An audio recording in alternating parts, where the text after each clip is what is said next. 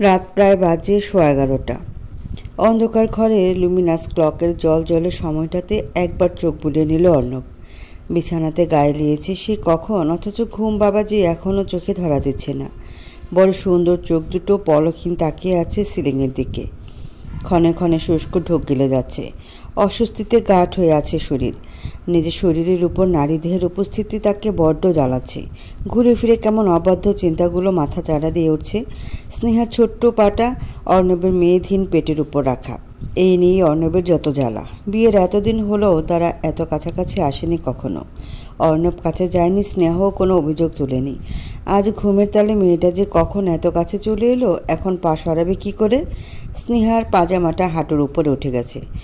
এবার হাঁটুর নিচে হাত দিয়ে সরাতে গেলে উন্মুক্ত পায়ে হাত পড়বে। আবার হাঁটুর উপরেও হাত রাখতে ইচ্ছে করছে না। অস্বস্তি ধীরে ধীরে বেড়েই যাচ্ছে অর্ণবের। পাশে এমন রমণী নিয়ে ঘুমানো যায় নাকি? তাও যদি থাকে সে এত কাছে। অর্ণব ভাবলো ডাকবে স্নেহাকে, করলোও তাই। চাপা সুরে ডেকে উঠল তাকে, স্নেহা, স্নেহা, শুনতে পাচ্ছ? তোমার পাটা সরাবে, আমার ঘুম হচ্ছে না। কোনো ফায়দা হলো না।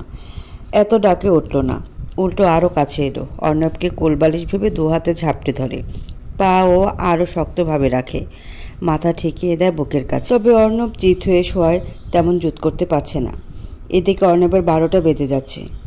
কথা বলা বন্ধ হয়ে গেছে, শ্বাস ভারী হয়ে এসেছে। মনে হয় এখনই দম বেরিয়ে মরে যাবে সে। এসি চালিত রুমের মধ্যেও মিনিটের মাঝে তরতরিয়ে ঘেমে ওঠে তার শরীর। উফ, এ মেয়ে মানুষের এত শক্তি! নিমিষেই একটা পুরুষের শরীরে ঘাম ছড়িয়ে দিতে পারে। এখন সে কি করবে? প্রথমে সে নিজেকে একটু স্বাভাবিক করার চেষ্টা করলো। ভাবলো এটা তো তার পরনারী নয়, এ তোর বিয়ে করা বউ। তোর সম্পূর্ণ অধিকার আছে তাকে স্পর্শ করার। এই ভেবে দ্বিধা কাটিয়ে ডাকতে চায় তাকে, কিন্তু মুখটা চুল দিয়ে একদম ঢেকে গেছে স্নেহার। সে এক হাতে আলগোছে চুলগুলো সব সরিয়ে দেয় স্নেহার মুখ হতে। তৎক্ষণাৎ বেরিয়ে আসে সুন্দর কোমল নিষ্পাপ এক চেহারা। অন্ধকারের মাঝে বাইরের স্বল্প আলো স্পষ্ট দেখা যাচ্ছে তাকে। ঘুমন্ত অবস্থায় কি সুন্দর লাগছে তাকে। চেহারা বাচ্চা বাচ্চা ভাব আছে মেয়েটার, দেখলেই স্নেহ জাগে। বারবার মুখ থেকে এই একটাই শব্দ আসে, স্নেহময়ী। অর্ণব চটা হাতটা ওই কোমল গালে রাখলো, হালকা ঝাঁকিয়ে ডাকলো তাকে, স্নেহময়ী না মানে স্নেহা। স্নেহা একটু উঠবে? তুমি আমাকে ধরে আছো, আমার অস্বস্তি হচ্ছে। স্নেহা কি আদতে এ দুনিয়ায় আছে? সে রং বেরঙের স্বপ্ন দেখতে মশগুল। অর্ণবের ডাকে একটু নড়ে উঠল। এবার মাথা উঁচিয়ে অর্ণবের বুকের উপর ভালোভাবে রাখলো। অর্ণবের হার্টবিট ফাস্ট হয়। স্নেহময়ী কি শুনতে পাচ্ছে হৃদয়ের গতি? হয়তো শুনতে পাচ্ছে, কিন্তু মস্তিষ্ক ধারণ করতে পারছে না। কিন্তু অর্ণব তো স্পষ্ট বুঝতে পারছে তার হাতটা আর তার সাথে নেই। একা একা কেমন জোরে ব্রিথ করছে দেখো। গলা কাটা মুরগির মতো ভেতরে ভেতরে ছটফট করলো, বাইরে সে স্বাভাবিক। সে তুতলিয়ে আরেকবার ডাকলো, শেষে স্নেহা, শুনছো? স্নেহা শুনলো কিনা বোঝা মুশকিল, তবে মুখ ফুটে অস্পষ্ট কিছু বলল। আপনি অন্য কাউকে ভালোবাসেন? আমাকে কেন বাসেন না অর্ণব? আমার কষ্ট হয়, আমাকে কবে একটু ভালোবাসবেন? অর্ণব থমকে যায়, হার্টবিট করা মিস করে দেয়। মেয়েটা কি এটা সজ্ঞানে বললো নাকি স্বপ্নে? তবে যাই হোক, কথাগুলো শুনে একটু হাসি পেল অর্ণবের। একটু লজ্জাসুলভ ভাব ফুটিয়ে কোনো মতে বলল, এভাবে ধরে রাখতে ভালোবাসতে বোধহয় সময় লাগবে না স্নেহময়ী। প্রিয়া অস্থির পায়ে অন্তর দরজার সামনে এসে দাঁড়ালো। দরজায় টোকা দিবে কি দিবে না করে করে টোকা দিয়েই ফেললো। মিনিট কয়েকের মাথায় অন্ত এসে দরজা খুলে দাঁড়ায়। চুলগুলো উস্কো খুস্কো হয়ে আছে, নাকের ডগাটা লাল হয়ে আছে, চোখও লাল লাল দেখাচ্ছে। বোধহয় মাত্রই শুয়েছিল। সে এত রাতে প্রিয়াকে দেখে বলল, তুই এখানে? এত রাতে কি চাই? গম্ভীর সুরের কথা শুনে চোখ মুখ কুঁচকে ফেলল প্রিয়া। মুখ বাঁকিয়ে কিছু বলবে তার আগেই অন্তর জব্বর একটা হাঁচি দিল। প্রিয়া আতকে উঠে হঠাৎ হাঁচিতে। অন্তর হাতের রুমালটা নাকে চেপে ধরল। বৃষ্টিতে ভিজে তারও অবস্থা প্রায় খারাপের পথে। ক্ষণে ক্ষণে হাঁচি দিচ্ছে, নাকে পানি পড়ছে। নাক মুছতে মুছতে নাকের ডগাটা লাল করে ফেলেছে। প্রিয়া চিন্তিত হয়। কোনো কিছু না ভেবে হাত বাড়িয়ে ছুঁয়ে দেয় অন্তর কপাল। অন্ত অবাক চোখে তাকায়। তাদের মাঝে দূরত্ব খুব বেশি নয়। কাছে এসে কপাল ছোঁয়ায়, মাঝে দূরত্ব কম। এত কাছাকাছি থেকে ওই কোমল মুখটায় নিজের জন্য চিন্তা দেখে মুগ্ধ হয় অন্ত। মোহগ্রস্ত সেই চাহনি উপেক্ষা করে প্রিয়া তার কপালের তাপমাত্রা বুঝে নিতে ব্যস্ত। শরীরে জ্বর জ্বর ভাব, হালকা গরম আপাতত, তবে বোঝাই যাচ্ছে রাতের দিকে জ্বরটা ভালোভাবে আসবে। কপাল থেকে হাতটা সরিয়ে চিন্তিত সুরে বলল, তোমারও তো জ্বর জ্বর আসবে মনে হয়। অন্তর্চাহনিতে হঠাৎ চোখ পড়তেই তুততে যায় প্রিয়া। ওভাবে তাকিয়ে থাকার কি আছে? কপালটাই তো ছুঁয়েছে। সে এদিকে ওদিকে তাকিয়ে হালকা কেসে বলল, এভাবে তাকাবে না তো, অন্যদিকে তাকাও। অন্ত চোখ নামিয়ে নেয়, ঠোঁট কামড়ে হাসলো একটু, বুকের কাছে দুহাত ভাঁজ করে বলল, আচ্ছা তাকাবো না, শুধু দেখবো। এখন বলো কী চাই এত রাতে? প্রিয়া এবার আসল কথায় আসতে চায়। পিরিতির কথা শোনার সময় আছে নাকি এখন? কিন্তু সে অন্তর দেখে আর তাকালো না, নিচে তাকিয়েই বলল, প্রার্থ ভাইয়ের তো জ্বর এসেছে। বাকি কথা বলার আগে অন্ত বিচলিত হয়ে বলল, কি বলিস? ভাইয়ের জ্বর এলো কি করে? বৃষ্টিতে ভিজেছে নাকি? হ্যাঁ, বুবু বলল আজ ভিজেছে দুপুরের পর। এখন তো গা কাঁপিয়ে জ্বর এসেছে। তুমি তো জানোই ভাইয়ের জ্বর কেমন। বুবু বড় আম্মুকেও জানাতে দিল না। এই রাতটুকুতে তাকে আর টেনশন দিতে চায় না। মেডিসিনও দেখলাম সব শেষ হয়ে গেছে। তোমার কাছে প্যারাসিটামল আছে? অন্ত একটু ভেবে বলল, আমার কাছে তো নেই, থাকলে আমিই খেতাম। এখন কি করি? একটা কাজ করবে, আমি প্রাত ভাইয়ের গাড়ির চাবিটা এনে দিই, তুমি সামনে রিয়াজুল আঙ্কেলের ফার্মেসি থেকে ওষুধগুলো নিয়ে এসো। আঙ্কেলের দোকান 12টা অবধি খোলা থাকে, এখন খোলা আছে, নিয়ে এসো। অন্ত মাথা নাড়িয়ে বলল, ঠিক আছে, চাবি টান, আমি নিয়ে আসছি। সম্মতি পেয়ে প্রিয়া এক দৌড়ে চলে যায় চাবি আনতে। মিনিটের মাথায় গাড়ির চাবিটা নিয়ে হাজির হয় সামনে। অন্ত চাবিটা নিয়েই বেরিয়ে পড়ল। কিছু বললও না প্রিয়াকে। এটা দেখে বোধহয় একটু মন খারাপও হলো তার। বেশ অনেকক্ষণ হয়ে যায়, তবে অন্ত এখনও ফিরছে না। এতক্ষণ তো লাগার কথা না, এই তো 5 মিনিটের রাস্তা, অথচ 20 মিনিট হতে চললো, অন্তর খবর নেই। ঠিক আছে তো ছেলেটা? ওরও তো জ্বর জ্বর ভাব শরীরে। এই অবস্থায় বাইরে পাঠানো কি ঠিক হলো? যদি খারাপ কিছু ঘটে যায়? অজানা শঙ্কায় মন থিতিয়ে আসে প্রিয়ার। ভয় ক্রমশ বাড়তেই থাকে। এত দেরি করছে কেন অন্ধের বাচ্চা? প্রিয়াকে কি হার্ট অ্যাটাক করিয়ে মারতে চায় নাকি? সে অস্থির পায়ে করিডোরের এদিক থেকে ওদিক পায়চারি করে যাচ্ছে, মনে মনে আল্লাহকে স্মরণ করছে। আল্লাহ, এইবারের মতো অন্ধটাকে সহি সালামতে ফিরিয়ে দাও। এরপর আর কখনো এত রাতে কোথাও পাঠাবো না, প্লিজ ফিরিয়ে দাও। আমার মন কেমন করছে। মনে মনে প্রার্থনা করার সাথে সাথেই বাইরে থেকে গাড়ির আওয়াজ শুনতে পেল। বুকে হাত রেখে ভয়ে শ্বাসটা বের করে দিল বাইরে। অস্থির চিত্তে চপল পায়ে দৌড়ে গেল নিচে। আগেই দরজা খুলল না। দরজায় আসতে দুটো টোকা মরলে ঝটপট খুলে ফেলল সেটা। অন্তকে দেখে শান্ত হলো চোখ দুটো। তবে চিন্তাবশত যে রাগ হলো সেটা ওগলে দিল অন্তর উপর। খ্যাক করে বলে উঠল, কোথায় ছিলে তুমি? মাথায় সেন্স নেই? আসতে যেতে 10 মিনিটের রাস্তা তুমি 20 মিনিট পার করে ফেললে। আমার চিন্তা হয় না তোমার জন্য যে কেউ অপেক্ষা করছে সে খেয়াল? আর বলতে দিল না। অন্ত এগিয়ে এসে প্রিয়ার কোমল ঠোঁটে চেপে ধরল হাত। কাছাকাছি থেকে বলিস, আসতে, সবাই উঠে যাবে। আমার জন্য এত চিন্তা কেন হচ্ছিল তোর? আমার জন্য অপেক্ষা করতে হবে কেন? প্রিয়া জোর করে একটু ঢোক গিলে গলাটা ভেজালো। দুজনের মাঝে দূরত্ব এত কম যে অন্তর গরম শরীরে তাপ অনুভব করতে পারছে সে। রক্তাপ চোখ দুটোতে কেমন কাতরতা। তার তপ্ত শ্বাস আশ্রে পড়ছে প্রিয়ার মুখে। ভালো ফ্যাসাদে পড়ল তো। বুকের ভেতর ঢিপ ঢিপ করছে, কথা আটকে যাচ্ছে, অথচ তাকে নাকি এগুলোর উত্তর দিতে হবে। কিন্তু কি উত্তর দিবে? সে বোকার মতো কিছুক্ষণ অন্তর দিকে তাকিয়ে থেকে মনে মনে কিছু ভাবল। গাল থেকে অন্তর হাতটা সরিয়ে ধীর সুরে তেজ নিয়ে বলল, চিন্তা হবে না, জ্বর শরীরে তোমাকে বাইরে পাঠালাম আমি। তোমার কিছু হয়ে গেলে কার দোষ হতো? আমারই তো। আর অপেক্ষা করব না? ভাইকে ওষুধ দিতে হবে না? অন্ত জোহরি নজরে তাকায় চতুরতার সাথে বলে, শুধু এজন্যই? হ্যাঁ তো আর কি হবে? ওষুধ এনেছ? দাও আমাকে, তুমিও একটা খেয়ে নিও, নয়তো রাতে জ্বর আসবে। কথাটুকু বলে অন্তর হাত থেকে ওষুধের প্যাকেটটা নিজেই নিয়ে নিল। জলদি জলদি কেটে পড়তে চাইল এখান থেকে। আর একটু দাঁড়িয়ে থাকলেই প্রিয়ার চোর অনুভূতিগুলোও ধরা পড়ে যাবে। তাই অন্তকে রেখে হাঁটা দিল সামনে। অন্তর দরজা আটকে হাসতে হাসতে ওর পেছন পেছন চলে যায় ওপরে। তার কি আর বোঝার বাকি আছে এসব? হয়তো একটু বাকি আছে। ওই একটুটাও পূরণ হয়ে যাবে প্রিয়ার সেই জাদুকরি 3 শব্দে। আদতে মেয়েটা কখনো বলবে ওই শব্দগুলো? গায়ে কম হলেও 100-এর উপরে জ্বর। তাপমাত্রা দেখিয়ে বোঝা যাচ্ছে জ্বরের তীব্রতা। গায়ে মোটা দুটো কাঁথা জড়িয়ে দিয়েছে প্রার্থর। অন্তর আনা ওষুধ পুষ্প খাইয়ে দিল প্রার্থকে। ওষুধের পাতাটা অন্তর হাতে বুঝিয়ে দিয়ে বলল, এখান থেকে তুই ওষুধ খেয়ে ঘুমিয়ে পড়, গায়ে জ্বর আসবে ভাইয়ের মতো। প্রিয়া, তুইও রুমে চলে যা, অনেক রাত হয়েছে, সকালে কলেজে যেতে হবে তোকে। অন্ত আর প্রিয়া দুজন ভাইকে আরেকবার দেখে লক্ষ্মী বাচ্চার মতো কথা শুনে বেরিয়ে গেল রুম থেকে। পুষ্প দরজাটা আটকে এসে প্রার্থর মাথার কাছে বসলো। একটা বাটিতে ঠান্ডা পানি নিয়ে রেখেছে, তার সাথে ছোট্ট এক টুকরো কাপড়। বিছানায় বসে প্রার্থর গরম কপালে ভেজা কাপড়ের টুকরো রেখে জলপট্টি দেওয়া শুরু করলো। প্রার্থর চোখ দুটো বুজে রাখা ছিল। সে আস্তে করে লাল লাল চোখ দুটো খুলল। এক হাত উঠিয়ে কপালের কাছে পুষ্পের হাতটা চেপে ধরল। রুক্ষ গলায় কোনো মতো বলল, এগুলো প্রয়োজন নেই, তুই আমার কাছে শুয়ে থাক। পুষ্প রাগ দেখালো, হাত ছাড়িয়ে কর্কশ গলায় বলল, ছাড়ুন, আপনাকে বলেছিলাম না ভিজবেন না, তবুও ভিজতেন। শরীরের জোর দেখালেন তখন। এখন দেখুন তো নিজেকে, কেমন নেতিয়ে আছেন বিছানায়। এভাবে আপনাকে দেখতে কি আমার ভালো লাগে? রাগে অভিমানে পুষ্পর এখন নিজেকেই থাপড়াতে ইচ্ছে করছে। কি দরকার ছিল বৃষ্টি দেখে এত খুশি হওয়ার? প্রার্থ বুঝল পুষ্পর অভিমান, তবে তেমন কিছু বলল না। আবারও হাত ঠেলে পানির বাটিটা সরিয়ে দেয়। ভাঙা গলায় বলে, বলেছি এখানে আয়, সরাইগুলো, আমাকে জড়িয়ে ধরে শুয়ে পড়। আমার উষ্ণতাটুকু তোর মাঝে মিশিয়ে দিতে চাই। তোর সাথে আমাকে একটু ঘুমাতে দে। পুষ্প আর কিছু বলার অবকাশ পেল না। পানি শুদ্ধ বাটিটা সাইডে টেবিলে রেখে দেয়। কাঁথা নিচে ঢুকে পড়ে ত্রস্ত। প্রার্থর গরম শরীরে জড়িয়ে ধরে তাকে। একজন স্বাভাবিক মানুষের কাছে জ্বরের এই উষ্ণতা খুবই তীব্র। পুষ্পের গরম অনুভব হলো প্রচুর, তবুও কিছু বলল না। প্রার্থর জন্য এটুকু উষ্ণতা কোনো ব্যাপারই না। সে আস্তে ধীরে তার চুলে হাত বুলিয়ে দিল শুধু।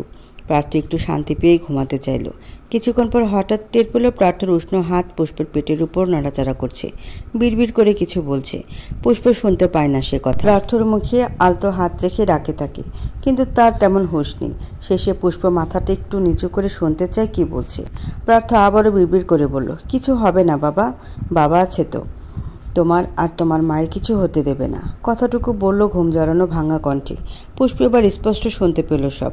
ভ্রুকুচকে প্রার্থকে ডেকে বলল, প্রার্থ ভাই, কি হয়েছে? আপনি এমন কেন বলছেন? প্রার্থর হুঁশ নেই। জ্বরের তোপে অচেতন ভঙ্গিমায় পুষ্পের পেটে হাত ছোঁয়াচ্ছে এবং আওড়াচ্ছে।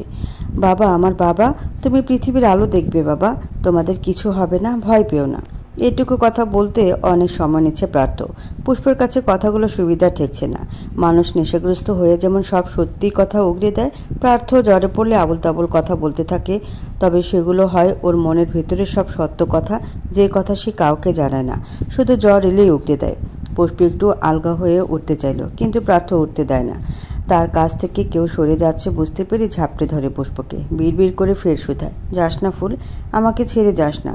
ডাক্তার বলেছে একবার ছেড়ে গেলে আর ফিরে পাবো না, প্লিজ যাস না। পুষ্প শুকনো ঢোক গেলে বুঝতে পারছে না বিষয়টা কতটা সিরিয়াস। প্রার্থ এমন সব কথা কেন বলছে? সে তার গালে হাত রেখে বুঝিয়ে বলে, কোথাও যাব না প্রার্থ ভাই, আমি তো এখানেই আপনার কাছেই আছি। ডাক্তার কি বলেছে আপনাকে? প্রার্থ অস্পষ্ট শুধু বলল, হেমাটোমা। পুষ্প বুঝতে না পেরে বলল, কি টোমা? প্রার্থ আর উত্তর দিল না। পুষ্প গাল ধরে ঝাঁকিয়ে ফের বলল, আমার রিপোর্ট এসেছে তাই না? আপনি বলবেন না যে রিপোর্ট এসেছে? রিপোর্টে খারাপ কিছু এসেছে? প্রার্থ একটু একটু করে বলল, রিপোর্ট? ওটা কেন হলো তোর? আমার কেন হলো না? কথাগুলো অস্পষ্ট, বোঝা গেল না খুব একটা। তবে পুষ্প এবার শিওর খারাপ কিছুই হয়েছে। প্রার্থ রিপোর্টটা হাতে পেয়েছে অবশ্যই, অথচ পুষ্পকে জানালো না। খাপলা নিশ্চয়ই আছে। সে আর কিছু বলল না, প্রার্থকে শান্ত করলো। মাথায় হাত বুলিয়ে ঘুম পাড়ানোর চেষ্টা করলো। বেশ অনেকক্ষণ পর প্রার্থ চুপ হলো। ঘুমে একেবারে বুঁদ হয়ে গেল। এই ফাঁকে পুষ্প উঠে যায় আলগোছে। এবার চিরুনি তল্লাশি করবে কোথায় ওর টেস্টের রিপোর্টগুলো। খাট থেকে শুরু করে ঘরের প্রতিটি জিনিসই দেখা শেষ দিল, কিন্তু কোথাও কোনো রিপোর্টের ফাইল পেল না। এখন আর কোথায় খুঁজবে সে নিয়ে দাঁড়িয়ে দাঁড়িয়ে চিন্তা করতে থাকলো। হঠাৎ চোখ গেল খুলে রাখা আলমারির একটা ফাইলের উপর। ফাইলগুলো তো সব শুধু উপরে উপরে দেখা হলো। প্রার্থর অফিসের ফাইল সবগুলো, তাই ভেতরে ঘাটেনি। হসপিটালেরটা তো আলাদাই থাকবে, কিন্তু এগুলো কি একবার ভেতরে দেখা উচিত? দেনমনা করে গেল ভেতরে চেক করতে। অনেকগুলো ফাইল রাখা সেখানে। একটা একটা করে খুলে দেখতে থাকলো, কিন্তু কিছুই পেল না। হুট করে একটা ফাইল খুলে চোখ আটকে গেল। উপরে হসপিটালের নাম লেখা। এই হসপিটালেই তো গিয়েছিল তারা। ঝটপট চোখ বুলালো পুরো রিপোর্টটার উপর। সবার আগে চোখ আটকালো নিজের নামের উপর। বুকটা দুরু দুরু করছে। এরই মাঝে চোখ পড়ল ডায়াগনোসিসের নিচে লেখা রোগের নামটার উপর, ক্রনিক সাবডুরাল হেমাটোমা। নামটা যেন জলজল করছে। সাথে সাথে অশ্রুতে জলজল করে ওঠে পুষ্পর চোখ। তাহলে ব্যাপারটা এখানেই? প্রার্থর অস্বাভাবিক আচরণের হেতুটা তবে এখান থেকেই তৈরি। সে পাতলা কাগজটা থেকে সিক্ত চোখ উঠিয়ে বিছানায় নেতিয়ে থাকা প্রার্থর দিকে তাকালো একবার। হাত আপনা আপনি চলে গেল নিজের পেটের উপর। এটা কেমন রোগ? এ রোগ কেন তার হলো? তাহলে মাথা ঘোরা অজ্ঞান হওয়াটা কি শুধু প্রেগনেন্সির জন্য নয়? এর কারণে বাচ্চাটার কোনো ক্ষতি হবে না তো? প্রার্থ ভাই তবে কেন বারবার বাচ্চাকে ডেকে অভয় দিল?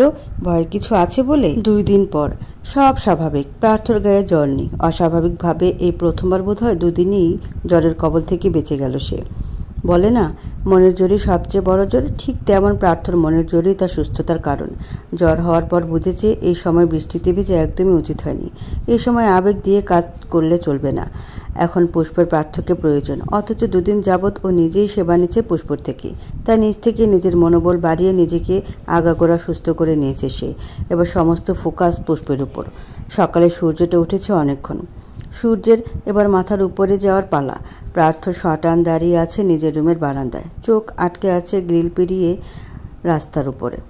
গায়ে সাদা শার্ট, কালো প্যান্ট, ফর্মাল গেটআপে আছে। বাইরে কোথাও যাবে বোধহয়। এক হাত তার পকেটে পোড়া, অন্য হাতে কানে ফোন চেপে আছে, মুখভঙ্গি রূঢ় করে দাঁড়িয়ে। ওপাশের ব্যক্তির কথাগুলো ঠোঁট কামড়ে খুব মনোযোগ দিয়ে শুনছে। ওদিকের কথা ফুটালে এপাশ থেকে প্রার্থ গম্ভীর সুরে বলে উঠল, যা লাগে সবই পাবেন, টাকা যত লাগে তত নেবেন, তবে চিকিৎসার কোনো ঘাটতি যেন না হয়। বাহির থেকে বড় বড় ভালো মানের নিউরোসার্জন ইমিডিয়েটলি বিডিতে আনার ব্যবস্থা করুন। তার ব্যাপারে কোনো কার্পণ্য নয়, কোনো কম্প্রোমাইজ নয়। বেস্ট ট্রিটমেন্ট এনশিওর করুন ডক্টর। তাকে আমার সুস্থ স্বাভাবিক চাই। I want her at any cost. Okay, thank you, টাকা আমি পাঠিয়ে দেবো, রাখছি। ভারী কিশোরে কথাগুলো শেষ করে ফোনটা পকেটে ঢোকালো প্রার্থ। বাইরে থেকে আসা বিশুদ্ধ হাওয়ায় দম নিল বুক ভরে। নিঃশ্বাস ছাড়ার সঙ্গে ছাড়ল কিছু অপ্রকাশিত বেদনা, যে বেদনা একান্ত নিজের মনে পুষে পুষে নিজেকে তিলে তিলে শেষ করে দিচ্ছে। আমি কি বাঁচবো না প্রার্থ ভাই? হঠাৎ পরিচিত নারীর কণ্ঠের আওয়াজ কর্ণকুহর হতেই চমকে ওঠে প্রার্থ। তরিত পেছনে ঘুরে তাকায় সে। বেলকনির দরজা পুষ্পকে দাঁড়িয়ে থাকতে দেখি ঘাবড়ে যায়। এটা তো হওয়ার কথা নয়। ও কি ফোনে কথা বলা শুনে ফেলেছে সব? প্রার্থ কয়েকটা ঢোক গেলে নিজেকে স্বাভাবিক করলো। স্বভাবত প্রশ্ন করলো, এরকম প্রশ্ন আসছে কোথা থেকে? পুষ্পর চোখ টলমলে। সে প্রার্থর প্রশ্নের জবাবে গেল না। ভেঙে আসা গলায় ফের প্রশ্ন ছুড়ল, বলুন না, আমি আর বাঁচব না? আমার বাচ্চা এই দুনিয়ার আলো দেখবে না? প্রার্থর এবার নিজেকে অসহায় লাগছে। ভারী হচ্ছে শ্বাস প্রশ্বাস। এত লুকানো চুরানো কথাগুলো সে কি করে জানলো? এবার কি হবে? কি করে সামাল দিবে? দুশ্চিন্তায় আবারও দুটো ঢোক গেলে কাপা কাপা সুরে বলে, এসব কেন বলছিস? আমি সব জানি প্রার্থ, আপনি তবুও কেন লুকাচ্ছেন? কি করে জানলি? পুষ্প এবার তেড়ে আসে। প্রার্থর বুকে এলোপেথারি কিল ঘুষি দিয়ে হেঁচকি তুলতে তুলতে বলে, কি ভেবেছেন এত বড় জিনিস আপনি লুকিয়ে যাবেন? আমি কিছু টের পাবো না? আমাকে জানলেন না কেন? আপনি একা একা কেন ভুগছেন? কেন নিজের মাঝে চেপে রেখেছেন? আমার জানার অধিকার নেই? পুষ্পর কিল ঘুষি উপেক্ষা করে প্রার্থ তাকে নিজের বুকের মাঝে জড়িয়ে ধরল শক্ত করে। পুষ্প নড়াচড়া করতে করতে থেমে যায়। বেড়ে যায় কান্নার গতি। প্রার্থর বুকের কাছে শার্ট ভিজে যায় নোনা তরলে। পুষ্প দু হাতে খাঁচে ধরেছে দুপাশে শার্টের অংশ। শঙ্কা জর্জরিত মায়ের মন নিয়ে ফের বলে ওঠে, আমার বাচ্চা, আমার বাচ্চার কিছু হবে না তো? ও আমার কোলে আসবে তো? আমি মরে যাব, আপনাকে রেখে চলে যাব? বলতে বলতে দু হাত শক্ত করে জড়িয়ে ধরে প্রার্থকে, যেন এখান থেকে সে যাবে না। তাকে প্রার্থ থেকে কেউ কোথাও নিতে পারবে না। দুদিন যাবৎ প্রার্থর থেকে ওর জানার খবর লুকিয়ে বুঝেছে। একা একা বুকের ভেতর ভয় পোষণ করা কত কঠিন। আজ সে সুস্থ বলে আর চুপ থাকতে পারল না। সব দুর্বিষহ ব্যথা ঠোঁট ফুঁড়ে বেরিয়ে এলো। অথচ প্রার্থ কতদিন ধরে একা একাই সব সহ্য করছে। ভাবতে আরও হেঁচকে তুলে কাঁদে পুষ্প। প্রার্থ যথাসম্ভব নিজেকে শান্ত রাখে, কারণ সে স্বাভাবিক না থাকলে পুষ্পকে স্বাভাবিক করা যাবে না। বুকের ভেতর হতে পুষ্পের সুতনু কোমল মুখটা নিজের দু হাতের আঁচলায় পুড়ে তাকে সোজা করলো। মুখোমুখি করে চোখে চোখ রেখে আশ্বাস দিল, এমন কেন ভাবছিস? সব ঠিক হবে, তোর কিছু হবে না, আমাদের বাচ্চারও কিছু হবে না। ওপরওয়ালা আছেন তো, তিনি এত নিষ্ঠুর নয়, তোকে আমার থেকে এত দ্রুত কেড়ে নেবে না সে। আমি ডাক্তারের সাথে কথা বলছি তো, তিনি বলেছে সার্জারি করে জমাট বাঁধা রক্ত বের করে দিলেই তুই সুস্থ। দেশের বড় বড় নিউরোসার্জনদের আনা হবে তোর অপারেশনের জন্য। তুই সুস্থ হয়ে যাবি ফুল। প্লিজ নিজের মাঝে টেনশন নিস না, মস্তিষ্কে চাপ ফেলিস না, সমস্যা হবে। প্রার্থর হাতের তালু ভিজে যায় পুষ্পর চোখের নোনা জলে। মেয়েটা এখনও কাঁদছে। প্রার্থর রাখা হাতের উপর পুষ্প নিজের হাত রাখে, কান্না আটকে ভাঙা সুরে বলে, সব দোষ আমার। আমি বলেছিলাম না আপনাকে আমার আমরণ প্রেম তৃষ্ণার্ত রেখে একদিন চলে যাব, অনেক দূর চলে যাব। কিন্তু বিশ্বাস করেন, আমি এত দূর যেতে চাইনি। আমি চাইনি আপনি আমার এমন তৃষ্ণায় ভুগেন। যদি জানতাম তবে আপনাকে ভালোবাসার সুযোগই দিতাম না, নিজে থেকে পিছিয়ে যেতাম। যদি জানতাম আল্লাহ আমার শব্দগুলো এইভাবে কবুল করবে, তবে আমি কোনোদিন ওই শব্দগুলো উচ্চারণও করতাম না। আমাকে কেন চলে যেতে হবে প্রার্থ?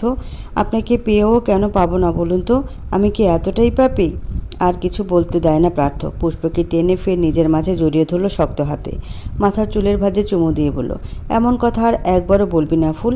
আমি যতদিন বেঁচে থাকবো তুই ততদিন বেঁচে থাকবি, ঠিক ততদিন আমার জন্য তোর তৃষ্ণা আমরণ প্রেম তৃষ্ণা, এই তৃষ্ণা ফুরাবার নয়। কেন চলে যাওয়ার বাহানা দিচ্ছিস?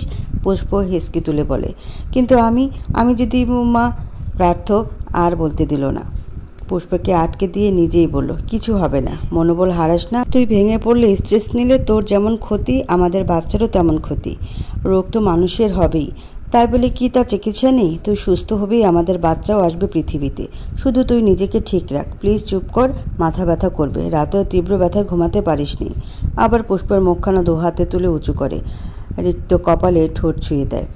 আশ্বাস বাণী দিয়ে বলে, মনকে শক্ত কর, সামনে তোকে অনেক লড়তে হবে। আমাদের সংসার আমরা অনেক দূর এগিয়ে নিয়ে যাব। পুষ্প কথাগুলো বুঝলো কিনা বোঝা গেল না, তবে সে চুপ হয়ে গেল। পার্থ ফের তাকে টেনে বুকের মাঝে ফেলে রাখে। বেশ অনেকক্ষণ সময় বারান্দায় কাটলো দুজনের। খুব নীরবে নিবৃত চোখের জল ফেলে গেল পুষ্প। পার্থ ভেতর থেকে খুব শক্ত রইল। তার ভেতরে যে দ্বিগুণ ভয়, এই ভয় কারো সামনে প্রকাশ করা বারণ। দুজনের সমান তালে ভয় পেলে কি করে চলবে?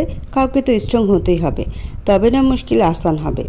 মাথার উপরে থাকা রৌদ্র ঝাঁজ ক্রমশ হেলে পড়ছে পশ্চিম আকাশে। প্রিয়ার কলেজ ছুটি হলো সবে।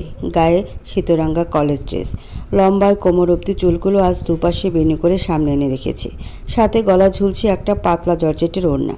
প্রিয়া, শিফা ও আরও একজন মেয়ে একসাথে মাঠের মাঝখান দিয়ে হেঁটে যাচ্ছে গেটের পথে। সাথে সমানতালে মুখ চলছে তিন বান্ধবীর। গল্প করতে করতে হাঁটার সময় হঠাৎ একটু দূর থেকে কেউ একজন প্রিয়া বলে ডেকে ওঠে। শব্দটা অল্প হওয়ায় প্রিয়া তেমন মনোযোগ দিল না। পরপর আবারও একই ডাক ভেসে আসে একটু জোরে। এবার থেমে যায় সে। এদিক ওদিক তাকিয়ে শব্দের উৎস খোঁজে।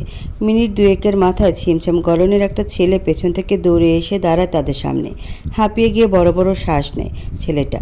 প্রিয়া ভ্রুকুচকে সন্ধিহান গলা জিজ্ঞেস করে, কী রে রবিন, এভাবে দৌড়ে এলি কেন? কি হয়েছে? ছেলেটা হাঁপাতে হাঁপাতে বলল, তোর একটা ভাইয়ের নাম অন্ত না? অন্তর কথা শুনে বুক ধক করে ওঠে তার। কোনো রকমের নিজেকে সামলে বলে, হ্যাঁ কেন, কি হয়েছে? ওরা তো গুরুতরভাবে আহত। প্রিয়া আতকে ওঠে, সাথে চমকে যায় পাশে থাকা দুজন বান্ধবীও। প্রিয়া বড় বড় চোখ করে অস্থিরতা নিয়ে, সুধায় কি বলছিস, কি হয়েছে? তুই কি করে জানলি? রবিন ছেলেটা একটু শান্ত হয়ে বলল, আরে আমার বড় ভাইও ওদের সাথে পড়ে। ভাইয়া কল দিয়েছে, ভার্সিটিতে নাকি মারামারি হয়েছে। ওখানে আমার ভাইসহ অন্ত ভাইরাও আহত হয়েছে। আমাকে যেতে বললো সেখানে। ভাইয়াকে নিয়ে বাসায় যেতে হবে। এখন তোকে দেখলাম তাই জানালাম। তুই তোদের বাসা থেকে কাউকে পাঠিয়ে দে। ওখানের কি অবস্থা তা তো বলা যায় না। ভাইয়া বলল মারামারি নেই, তবে তারা মার খেয়েছে। প্রিয়ার মাথায় শুধু অন্তর কথায় ভো ভো করে ঘুরছে। ও তো মারামারি করার মতো ছেলে নয়। ও কি করে মারপিটের মতো জঘন্য কাজে জড়ালো? ও তো কাউকে মারতেও পারবে না। নিজে কত মার খেয়েছে কে জানে। যদি কিছু হয়ে যায়, শঙ্কায় বুক ছলকে ওঠে তার। রবিনকে তড়িঘড়ি করে বলে, ও কোথায় এখন?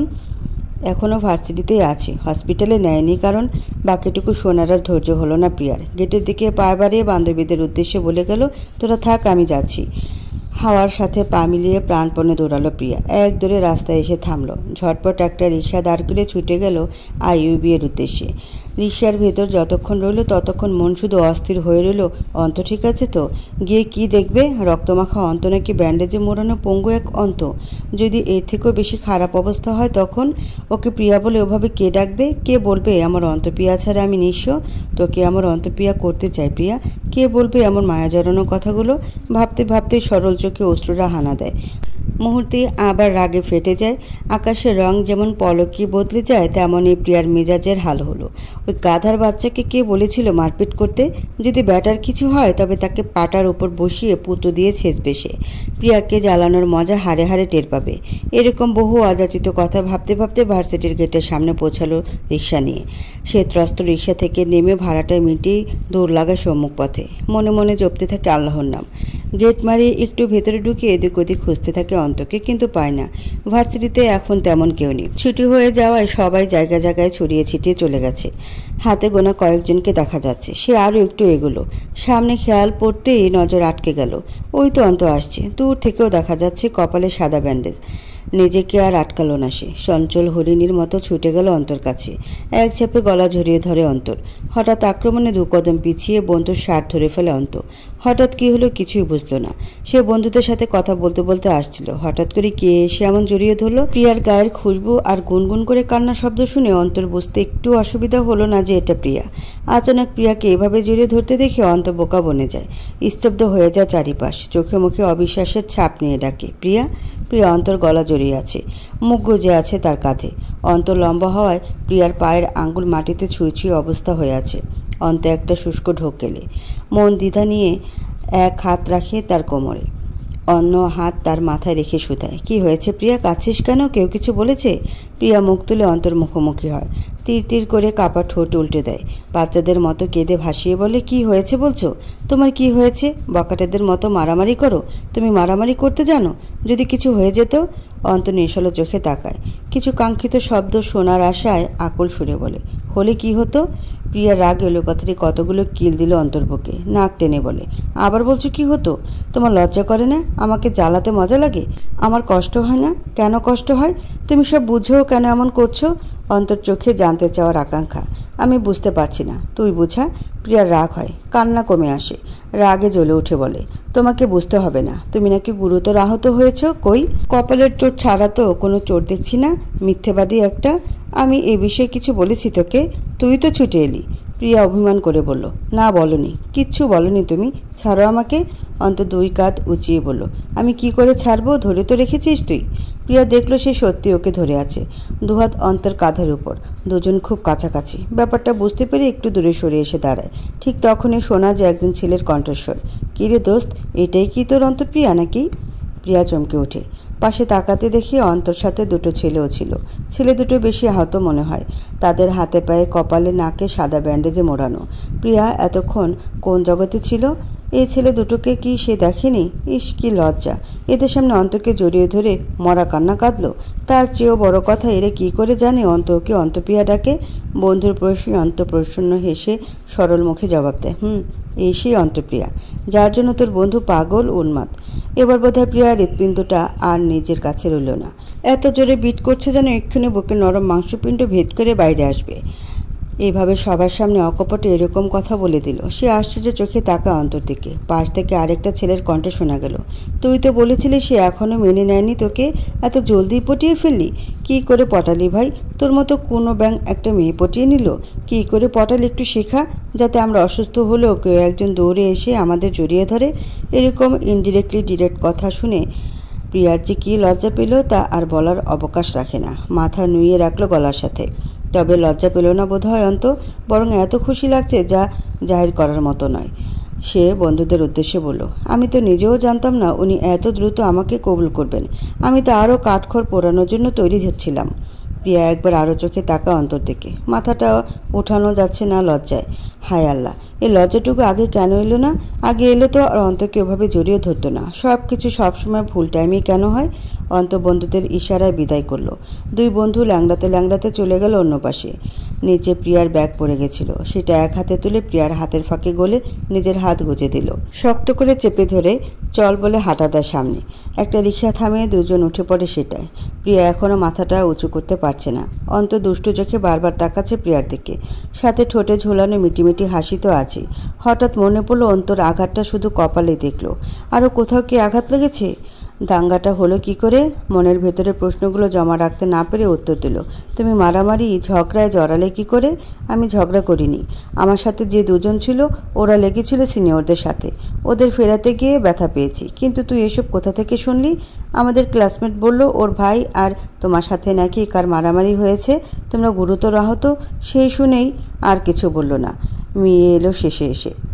পরের কথাটুকু শেষ করলো অন্ত। প্রিয়াকে লজ্জা ফেলতে বলল, সেই শুনেই প্রিয়া তার অন্ধকে দেখতে ছুটে এসেছে, তাই তো? অন্তর মুখে তার অন্ধ কথাটা শুনে কি ভীষণ লজ্জা পেল প্রিয়া। মুখ ফুটে আর কোনো কথা বের হলো না। অন্ত আবারও টিপ্পনি কেটে বলে, আগে যদি জানতাম আমি একটুখানি চোট পেলে আমার অন্তপ্রিয়ার থেকে এতটা সমাদর পাবো, তবে নিজে থেকে গিয়ে বেশি বেশি করে মার খেতাম। দরকার পড়ে গুন্ডা ভাড়া করে এনে মার খেতাম। আমার এতদিনের ছটফটানি একটু হলেও কমতো তখন। লজ্জায় শরমে প্রিয়ার কান ঝালাপালা হয়ে যাচ্ছে, গরম ধোঁয়া উঠছে বোধহয় কান থেকে। এখন হয়তো প্রিয়ার কান বন্ধ করা প্রয়োজন, নয়তো ওই ছেলেটার দুষ্ট মুখ বন্ধ করা প্রয়োজন। এরকম সাদাসিধে ছেলেও নাকি এমন মুখ চালাতে পারে? একটু লজ্জাও করছে না? সব কি উল্টো হলো নাকি? যে প্রিয়ার মাঝে লজ্জার বালেনি সেই প্রিয়ায় লজ্জায় মরে যাচ্ছে, ওদিকে যে লজ্জায় কারোর সামনে কথা বলতে পারে না সে নাকি লাগাম ছাড়া বাজে কথা বলছে। একটু লজ্জাও করছে না?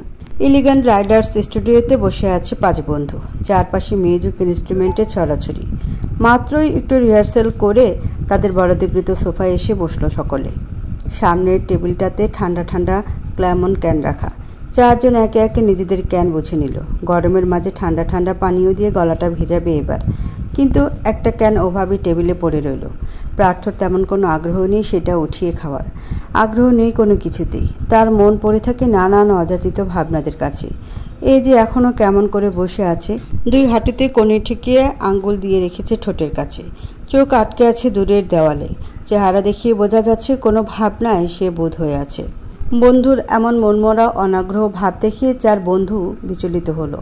ওরা কয়েকদিন ধরে খেয়াল করছে প্রার্থর কোনো কিছুতে তেমন মন নেই। স্টুডিওতে ডাকলে আসতে চায় না, আড্ডা দেওয়ার জন্য বাড়ি ডাকলেও নাকচ করে দেয়। কদিন পর কনসার্ট আছে একটা, তাতেও তেমন আগ্রহ নেই। কেমন ঢিলেমি ভাব সবেতে। হৃদয় ক্যানের মুখে চুমুক বসিয়ে খুবই বিজ্ঞ স্বরে বলে উঠল, কী রে মামা, তোর কি হয়েছে বলতো? এমন বেডি মানুষের মতো চাপায় হাত দিয়ে কি আকাশ পাতাল ভাবস? তোর নানির হাঙ্গা দিবার কথা ভাবতেছে? রকির টিটকারিমূলক কথায় চোখ মুখ কুচকে ফেলল হৃদয়। পাশে বসা ছিল রকি। ওকে পা দিয়ে লাথি দিয়ে বলল, যা শালা, সব সময় নানিরে টানুস কেন? বেশি বললে তোর সাথে দিয়া দিমু। আমার নানি তোর ইতালিয়ান ফার্মের মুরগির থেকে বেশি সুন্দর। রকি হৃদয়ের মাথায় চাপড় মেরে বলে, চুপ শালা, তোর নানিরে তোর নানার লগেই হাঙ্গা দে। আমার ইনারা ওসব বাঙালি লুতুপুতু মার্কায় মেয়েদের থেকে ভালো। আগে ওরে বেডিতে আন, এরপর দেখা যাবে। বিয়ে করে ইতালি চলে গেলে তোর পাছায় আগুন ধরাবো আমি। 2 বন্ধুর এমন ঝগড়াঝাটিতেও প্রার্থর কোনো হেলদোল দেখা গেল না। অর্ণব ব্যাপারটা সিরিয়াস নিল। ওদের দুটোকে চুপ করিয়ে বলো, থাম তোরা দুজন, এগুলো নিয়ে পরে ভাবিস। এই প্রার্থ, তোর কি হয়েছে? কোনো ব্যাপারে টেন্সড? প্রার্থ কিছুক্ষণ চুপ রইল। বাকি 4 জন বেশ উৎসুক নজরে তাকিয়ে আছে তার জবাবের আশায়। একটু পরে নিঃশ্বাস ছেড়ে সোজা হয়ে উঠে বসে প্রার্থ। এরপরে বলে উঠে এক অপ্রত্যাশিত বাক্য, আমি গান ছেড়ে দেব। এমন একটা অভাবনীয় কথা শুনে চমকে ওঠে 4 জন। কিছুক্ষণের জন্য স্তব্ধ হয়ে যায় সব কিছু। এটা কি তারা সত্যি শুনল? এত শখের কাজ ছেড়ে দিবে? মগের মুলুক পেয়েছে নাকি? কার্তিক শান্ত মাথার ছেলে, সে কাজ করে কুল অ্যান্ড কাম স্টাইলে। তাই সবাই স্তব্ধ হয়ে গেল। কার্তিক ঠান্ডা মাথায় প্রশ্ন ছুড়ল, কিছু হয়েছে প্রার্থ? হঠাৎ এ কথা কেন? যেখানে গান তোর প্রিয় শখ সেখানে ছেড়ে দেওয়ার কথা তো আসার কথা নয়। কি হয়েছে ঝেড়ে বল। প্রার্থ স্বাভাবিকভাবেই বলল, মন টানছে না। অর্ণব সন্ধ্যান দৃষ্টিতে তাকিয়ে বলল, মন টানছে না তোর? কিন্তু কেন? তুই নিজেও জানিস এখানে আসতে আমাদের কতটা জার্নি, কত কিছু সাফার করতে হয়েছে। একদিনে এ পর্যন্ত আসিনি। এখন যখন মানুষ আমাদের চায় তখন আমরা কেন ছাড়বো এটা? প্রার্থ একই টোনে বলল, আমি বলেছি আমি ছাড়বো, তোদের ছাড়তে বলিনি। হৃদয় নিজের মতো করে নিজের ভাষায় বলল, হ বাল, তুমি গান ছাড়বা আর আমরা তোমারে ছাড়াই গান করব? তোর এটা মনে হয় আমরা তোরে ছাড়া কনসার্ট করবো? অর্ণব এগিয়ে আসে, প্রার্থর কাঁধে হাত রেখে বলে, কি হয়েছে দোস্ত, আমাদের বল। কোনো সিরিয়াস ইস্যু? কোনো ঝামেলা পড়ছিস? রাজীব কিছু করছে? কিন্তু ও তো জেলে। কি হয়েছে বল না ভাই। প্রার্থ মলিন সুরে বলে উঠল, পুষ্প অসুস্থ। কথা শুনে 4 জনেরই কপালে ভাঁজ পড়ল দ্বিগুণ। অসুস্থ মানে? কেমন অসুস্থ? কোন ধরনের রোগ হয়েছে? অর্ণব ফের শুধালো, লিটল প্রিন্সেস অসুস্থ? ও তো প্রেগনেন্ট। এ সময় আবার কি হয়েছে? প্রার্থ সংক্ষেপে বলল সব কিছু। রোগ সম্পর্কে, রিস্ক সম্পর্কে, ডাক্তারের পরামর্শ, সব কিছুই বলল তাদের। এরকম কথা শুনে 4 জনে বেশ বড়সড় ধাক্কা খেল। এতদিন হয়ে গেল ব্যাপারটার, অথচ প্রার্থ কাউকে জানালো না। এতদিন জানালেও তো ওরা একটু ভরসা দিতে পারতো তাকে। এখন যে ভেঙে পড়েছে সে, এখন কি করবে ওরা? 4 জনে তৎপর হলো বন্ধুকে ভরসার কাঁধ এগিয়ে দিতে। অর্ণব বলল, এভাবে ভেঙে পড়ছিস কেন? তুই ভেঙে পড়লে তোর ফুলকে কে দেখবে? রোগ হয়েছে, রোগের চিকিৎসাও আছে। ডাক্তার তো বলেছে সার্জারি করে জমাট বাঁধা রক্ত বের করলে প্রিন্সেস সুস্থ। তাহলে এত চিন্তা করছিস কেন? গানও এবার ছাড়ছিস কেন? এভাবে সব ছেড়ে ছুড়ে বসে থাকলে চলবে? প্রার্থ সোফায় মাথা এলিয়ে দেয়। চোখ দুটো বুজে রেখে বলে, জানি না আমি, আমার মন চাচ্ছে সব ছেড়ে দেই। গান বাজনার প্রতি আগ্রহ আমার আর নেই। ইচ্ছে করছে সারাদিন রবের দরবারে মাথা ঠুকে থাকি, সারাদিন প্রার্থনা করি, যে প্রার্থনায় আমার ফুল থাকবে, আমার বাচ্চা থাকবে, ওদের আমি হারাতে পারবো না। আমার শরীরের প্রতিটি রন্ধ্রে, প্রতিটি স্পন্দনে মিশে আছে ও। ওকে ছাড়া 1 সেকেন্ড চিন্তা করাও আমার জন্য মৃত্যু সমান। প্রতিটা মুহূর্তে মরণ যন্ত্রণার টের পাচ্ছি আমি। ওদের বুঝতে বাকি নেই যে বন্ধু কোন পরিস্থিতিতে আছে বর্তমানে। সবাই এগিয়ে এলো, প্রার্থর কাছাকাছি বসে বিভিন্ন কথা বলে তাকে সাহস দিল, মনোবল বাড়ানোর চেষ্টা করলো যাতে হার না মানে। প্রার্থ প্রসন্ন হাসে বন্ধুদের চিন্তিত বদন দেখে। তালে তালে তো মনে সব গোপন কথা বলে দিল বন্ধুদের। আর নয়, ওদের চিন্তা বাড়িয়ে লাভ নেই, প্রসঙ্গ বদলানো যাক। প্রার্থ নিজে মোকাবেলা করতে পারবে সব কিছু, শুধু শুধু কেন বন্ধুদের টানবে। এমন সময় টেবিলের ওপরে থাকা যান্ত্রিক ফোনটা ভো ভো শব্দে বেজে উঠল, সাথে জ্বলে উঠল ফোনের স্ক্রিন। সেখানে ওপরে জলজল করছে স্নেহময়ী নামটা। সকলের চোখে এখন সেখানেই তাক হয়ে আছে। প্রার্থ ভালো একটা সুযোগ পেল প্রসঙ্গ বদলানোর। অর্ণবকে শুধিয়ে বলল, তোর স্নেহময়ী ফোন করেছে, কথা বল আগে, ভাবি তোকে ছাড়া থাকতে পারছে না বোধ হয়।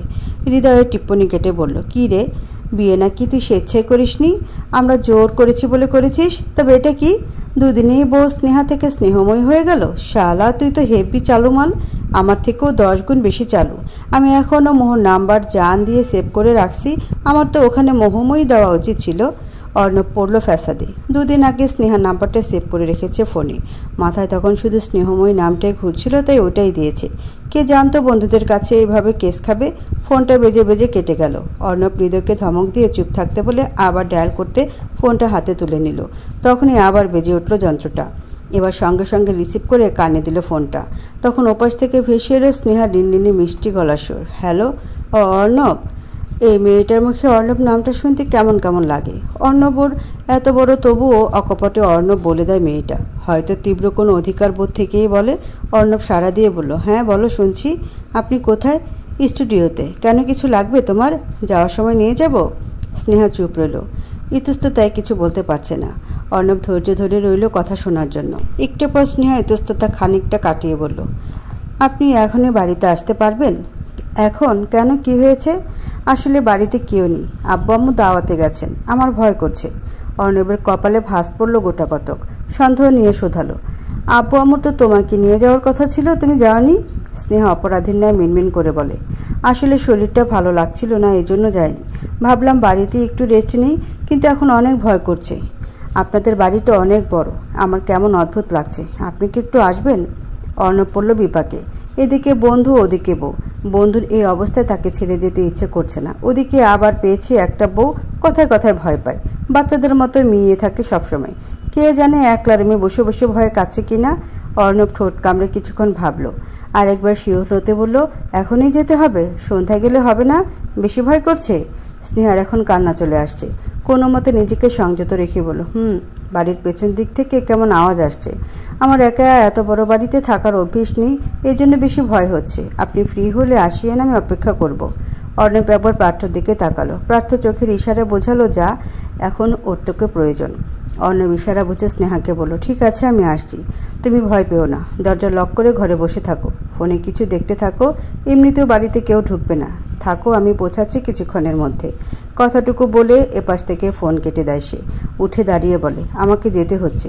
ও ভয় পাচ্ছে একা বাড়িতে। প্রার্থ, তুই চিন্তা করিস না, সব ঠিক হয়ে যাবে। আমি আমার পরিচিত ডাক্তারের সাথেও আলাপ করে তোকে জানাবো, ইনশাআল্লাহ প্রিন্সেসের কিছু হবে না। প্রার্থ মাথা নাড়িয়ে সম্মতি জানায়।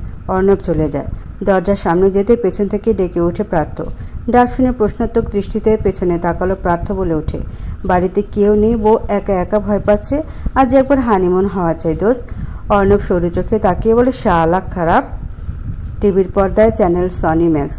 ইন্ডিয়ান একটা মুভি দেখছে প্রিয়া। রণবীর সিং, দীপিকা পাড়ুকোন আর প্রিয়াঙ্কা চোপড়ার অভিনীত সিনেমা বাজিরাও মাস্তানি দেখছে।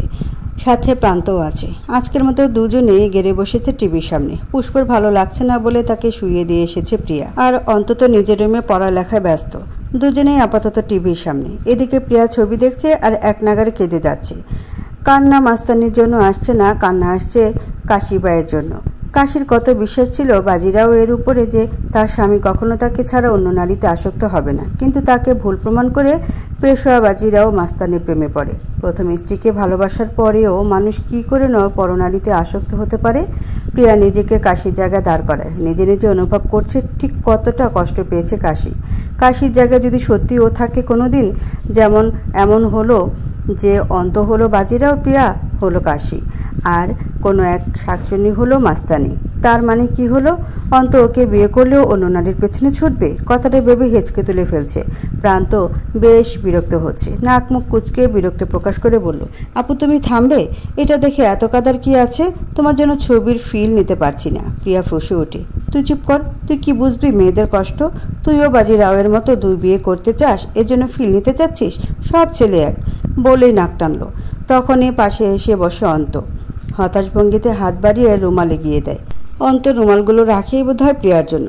ওর নিজের কাজে আসে না একটাও, প্রিয়ার কাজে লেগে যায়। প্রিয়া অন্তর দিকে ক্রুদ্ধ চোখে তাকায়। ওকে দেখেই সে হৃদয়বিদারক দৃশ্য চোখে ভাসছে। প্রিয়া দরজার সামনে দাঁড়িয়ে, দরজার বাইরে 2জন নবদম্পতি। তারই বর অন্ত আরেকটা শাকচুনি বিয়ে করে এনেছে। দিনের বেলাও এমন স্বপ্ন দেখে আত্মা কেঁপে ওঠে। সব ক্ষোভ যায় অন্তর উপর। রাগে মুখ বাঁকিয়ে বলে, লাগবে না তোমার রুমাল, যাও এখান থেকে। অন্তর অসহায় স্বর, আমি আবার কি করলাম? প্রিয়া চোখ মুছে বলে, তুমিই নষ্টের মূল, কারণ তুমি ছেলে। অন্ত অবাক না হয়ে পারে না। এটা কেমন ধরনের কথা? মেয়েদের কমন সেন্স কোথায় থাকে? আদৌ কি থাকে, নাকি এরই শুধু কমন সেন্স নেই? কী সব লজিকলেস কথা বলে সবসময়। সে ভ্রু কুচকে বলল, আশ্চর্য, এখন কি আমাকে মেয়ে হতে বলছিস? তাই হওয়া উচিত। মেয়ে হলে বুঝতে মেয়েদের কত কষ্ট। প্রিয়ার চোখে এখনও জল পড়ছে। অন্ত আর ফাও প্যাচালে গেল না। নিজে থেকে এগিয়ে গিয়ে প্রিয়ার মুখটা হাতে তুলল। অন্য হাতে রুমাল দিয়ে খুব যত্ন নিয়ে ভেজা চোখ মুছিয়ে দিল। আশকারা দিয়ে জিজ্ঞেস করলো, কি হয়েছে বলো আমাকে? এত কাঁদছিস কেন? ছবিতে এমন কি আছে যার জন্য এত কাঁদতে হবে? অন্তর আদর মাখার সুরে গলে যায় প্রিয়া। ঠোঁট উল্টে ভাঙা গলায় বলে, তুমিও আমাকে বিয়ে করে এভাবে ভুলে যাবে তাই না? তারপর আরেকটা বিয়ে। অন্তর রেগে যায়, মাঝপথে আটকে দেয় প্রিয়াকে। খানিক ধমকে সুরে বলে, আশ্চর্য, এসব আজাইরা কথা তোর মাথায় আসে কি করে? সবাইকে এক ভাবতে হবে কেন? আমাকে এমন মনে হয় তোর? তুই আজ পর্যন্ত কখনো দেখেছিস তোকে ছাড়া অন্য কোনো মেয়ের দিকে জুলজুল চোখে তাকিয়েছি? 1 মিনিট। তোমরা এগুলো কি করছো? ভাইয়া, তুমি আপুকে কি বললে? আপু কি বলল? তোমরা বিয়ে করবে? তোমাদের মাঝে কি চলে? গেল, সব গেল। ওদের সামনে যে প্রান্ত নামের ইস্টে পাকা একটা ছেলে বসে আছে, এটা তো ওরা ভুলেই গেছে। এর সামনে ওদের গোপন তত্ত্ব ফাঁস হয়ে গেল। এবার এই কটাকে কি করে সামাল দিবে? অন্ত শুকনো ঢোক গেলে প্রিয়ার থেকে দূরত্ব রেখে বসে। গলা ঝেড়ে ছোট ভাইয়ের উদ্দেশ্যে বলে, কি চলছে? কিছুই চলছে না। বাদরামি বাদ দিয়ে পড়তে যা। প্রান্ত 2 হাত বুকের কাছে ভাঁজ করে বলে, আমাকে এতটাও বোকা ভেবো না ভাইয়া। আমি জানি তোমরা প্রেম করছো, একই বাড়িতে থেকে 2জন প্রেম করছো। ছি। প্রিয়া খপ করে প্রান্তর মুখ চেপে ধরে, ভয়ে ফিসফিস করে বলে, আসতে বল ভাই আমার, কেউ শুনলে কেস খাবো। আমরা প্রেম করব কেন? আসলে অন্ধর মাঝে হঠাৎ ফিউচার হাজব্যান্ড দেখতে পেলাম, তাই দুঃখ প্রকাশ করলাম। আর ও একটু সান্ত্বনা দিল আমাকে, এর বেশি না। প্রান্ত মুখ থেকে হাত ছাড়িয়ে বলে, আমাকে বোকা বানানো এত সহজ না। আমি জানি তোমরা প্রেম করো, লুকিয়ে কোনো লাভ নেই, আমি সবাইকে বলে দিব। অন্তর্মনে সাহস এলো। নির্ভয়ে বলো, যা বল, সবাইকে ডেকে ডেকে বলে আয়। এরপর আবার প্রিয়ার কাছাকাছি এলো। এক হাতে ওর কাজ জড়িয়ে বলল, ও শুধু আমার প্রেমিকা নয়, আমার ফিউচার ওয়াইফ। তোর ভাবি, সম্মান দিয়ে কথা বলবি। আর সবাইকে যখন বলবি তখন ওকে ভাবি সম্বোধন করে বলবি, যা এবার বলে আয়। প্রিয়া অদৃশ্য হাতে কপাল চাপড়ায়। এখন এত হিরোগিরি করতে বলেছে কে ওকে? সবাই জেনে গেলে দেখা যাবে এমন নায়ক ভাব কতক্ষণ থাকে। এদিকে প্রান্ত উৎসুক হয়ে কিছু বলবে, তার আগেই সদর দরজায় বেল পড়ল। অন্ত উঠে দরজা খুলতে যায়। পেছন থেকে প্রান্ত নেতা সরে বলে ওঠে, কেউ আসলো বলে আজ বেঁচে গেলে, নয়তো সবাইকে বলে দিতাম আজ। অন্ত জানে প্রান্ত কাউকে বলবে না কিছু। এই ক্ষেত্রে বান্দা 1 নাম্বার। সে গিয়ে দরজা খুলতে ভেতরে ঢুকলো প্রার্থ। ড্রয়িং রুমে এসে দেখলো পুষ্পনী। প্রিয়াকে প্রশ্ন করবে তার আগেই খেয়াল হলো প্রিয়ার আদবে যা ফোলা ফোলা চোখ। কপাল গুটিয়ে জিজ্ঞেস করলো, কাঁদছিস কেন? কি হয়েছে? প্রিয়াকে প্রশ্নটা করেই তাকায় অন্তর দিকে, যেন অন্তই কিছু একটা করেছে। অন্ত ইঙ্গিতটা বুঝেই জোরে জোরে মাথা নাড়ায়। হড়বড় করে বলে, আমি কিছু করিনি ভাই, ও মুভি দেখে কাঁদছিল, আমি তো আদর করে দিচ্ছিলাম। নিজের কথা নিজেই তবদা খেলো অন্ত। মনে মনে জিভ কেটে ভুল সংশোধন করে বলল, না মানে আদর নয় আর কি, বোঝাচ্ছিলাম যে ছবি দেখে কাঁদতে নেই, এগুলো সব অভিনয়। কথা শেষ করে জোরপূর্বক একটা হাসি দিল, যেন হাতে নাতে ধরা খেয়েও বাঁচার জন্য মিথ্যে বলার চেষ্টা। প্রিয়া তো ভয়ে মাথা নুয়ে রেখেছে। প্রান্তটা যদি মুখ ফুটে কিছু বলে ফেলে তাহলে তার আর রক্ষা নেই। প্রার্থ ভাই যে দুটোকে কি করবে তার কোনো হিসাব নেই। অথচ প্রার্থ কিছুই বলল না। প্রিয়াকে শুধু জিজ্ঞেস করলো, তোর বোন কোথায়? বুবু ঘরে শুয়ে আছে। বলল ভালো লাগছে না, তাই ডিস্টার্ব করিনি, এতক্ষণে ঘুমিয়ে গেছে বোধ হয়। উত্তর শুনে আর অপেক্ষায় রইল না, হন পায়ে চলে গেল উপরে। অন্ত হাত ছেড়ে আবার বসে প্রিয়ার পাশে।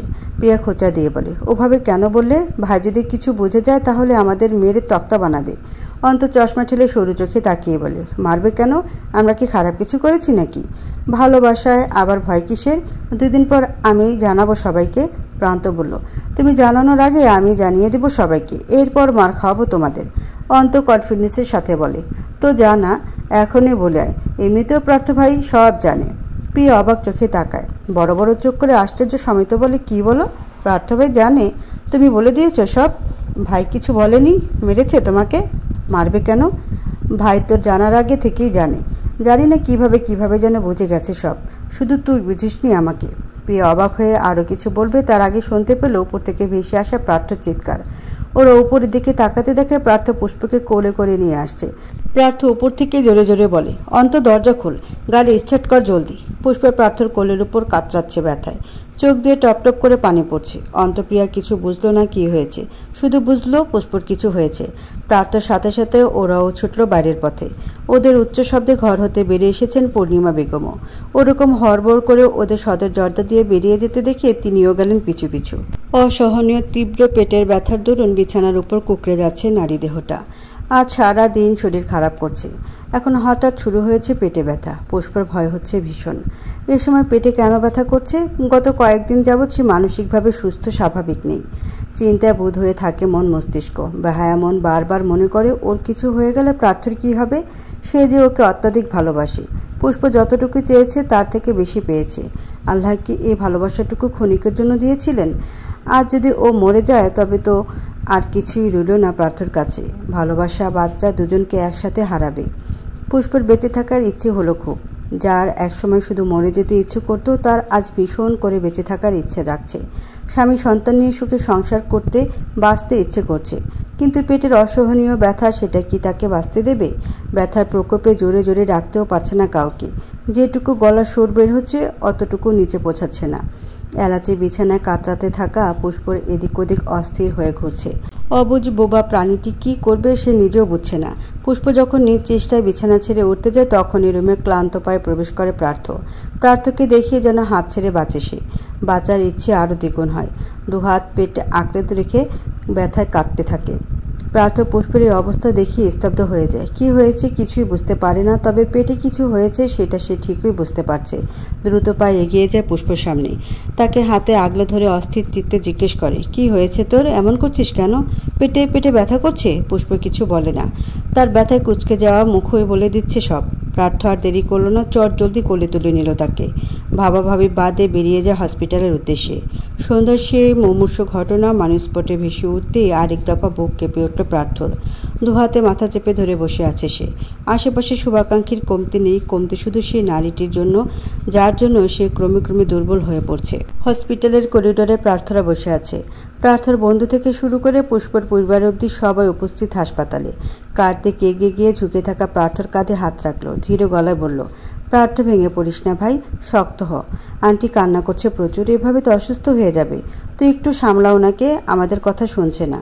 প্রার্থ ঝুঁকে থাকা মাথা উপরে তুলো, চোখ দুটো লাল টকটকে বর্ণ ধারণ করেছে, যেন কান্না না করার নির্মম যুদ্ধ চালিয়েছে নিজের সাথে। কার্তিক ভরকায় সেই চোখ দেখে, বন্ধুর বিধ্বস্ত অবস্থা দেখে তারও অস্বস্তি হয় ভীষণ। ছেলেটা এত বেশি কেন ভালোবাসে পুষ্পকে? ঘৃণা থেকে এতটা ভালোবাসে কি করে হয়? এ প্রশ্নের উত্তর সে খুঁজে পায় না। প্রার্থ ততক্ষণে উঠে দাঁড়ায়, দুর্বল শরীরটা টেনে টেনে এগিয়ে নিয়ে যায় সামনে। পুষ্পর কেবিনের বাইরে কেবল ওর বন্ধুরা আর পুষ্পর বাবা প্রত্যয় হোসেন ছিল। বাকি সবাইকে ওয়েটিং রুমে রাখা হয়েছে। পূর্ণিমা বেগমও সেখানে আছেন। প্রার্থ টলমলে পায় সেদিকেই গেল। পেছন পেছন গেল 4 বন্ধু। মা! প্রার্থ ডাক শুনে পূর্ণিমা বেগম হাউমাউ করে কেঁদে ফেললেন। সাথে সমানতালে নিঃশব্দে কাঁদছেন পূর্ণতাও। প্রিয়া এবং স্নেহা মিলেও তাদের সামলে রাখতে পারছে না। যখন তারা পুষ্পর রোগ সম্পর্কে জানতে পারে তখন থেকেই আতঙ্কে কাটা দিয়ে উঠছে শরীরে। চাইলেও নিজেদের সংযত রাখতে পারছে না। প্রার্থ এগিয়ে যায়, 2 হাতে 2 মাকে আগলে ধরে, নিজেকে স্বাভাবিক রেখে তাদের সান্ত্বনা দেয়। কেন কাঁদছো তোমরা? পুষ্পর কিছু হয়নি তো। তোমরা তো জেনেই গেছো ওর কী হয়েছে। অসুস্থতার কারণে মাঝে মাঝে এরকম প্যানিক অ্যাটাক হয়। চিন্তা করো না, একটু পরেই ডাক্তার বের হবে, তাদের থেকে শুনে নিও। আর ও রোগ নিয়েও চিন্তা করো না, আমার ডাক্তারের সাথে কথা বলে সব ঠিক করে নেওয়া শেষ।